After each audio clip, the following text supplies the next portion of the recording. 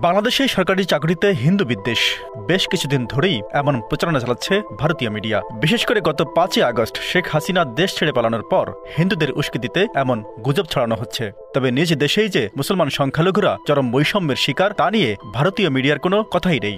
সম্প্রতি শৃঙ্খলা পরিপন্থী কর্মকাণ্ডে জড়িত থাকার অপরাধে ৪৩তম বিসিএস থেকে কিছু কর্মকর্তাকে বাদ দেওয়া হয়। এর মধ্যে কয়েকজন হিন্দু প্রার্থীও রয়েছে। আর এই ইস্যুটিকেই হিন্দু বিদ্বেষ বলে জোর তৎপরতা চালাচ্ছে ভারতীয় মিডিয়া। তথ্য বলছে ভারতের মোট জনসংখ্যার ২২ থেকে ২৫ ভাগ মুসলমান। সেখান থেকে দেশটির সরকারি চাকরিতে সুযোগ পায় মাত্র ১ ভাগ। বিপরীতে বাংলাদেশের মোট জনসংখ্যার ৭ থেকে ৮% হিন্দু হলেও সরকারি চাকরিতে বর্তমানে তাদের অবস্থান ৩৬%। এমনকি ভারতের রাজনৈতিক দলগুলোর নেতৃস্থানীয় পর্যায়েও মুসলমানদের অবস্থান না থাকলেও বাংলাদেশের চিত্র সম্পূর্ণ বিপরীত। এখানে রাষ্ট্রের গুরুত্বপূর্ণ পদের পাশাপাশি রাজনৈতিক ও সামাজিক নেতৃত্বেও হিন্দুদের শক্ত অবস্থান রয়েছে।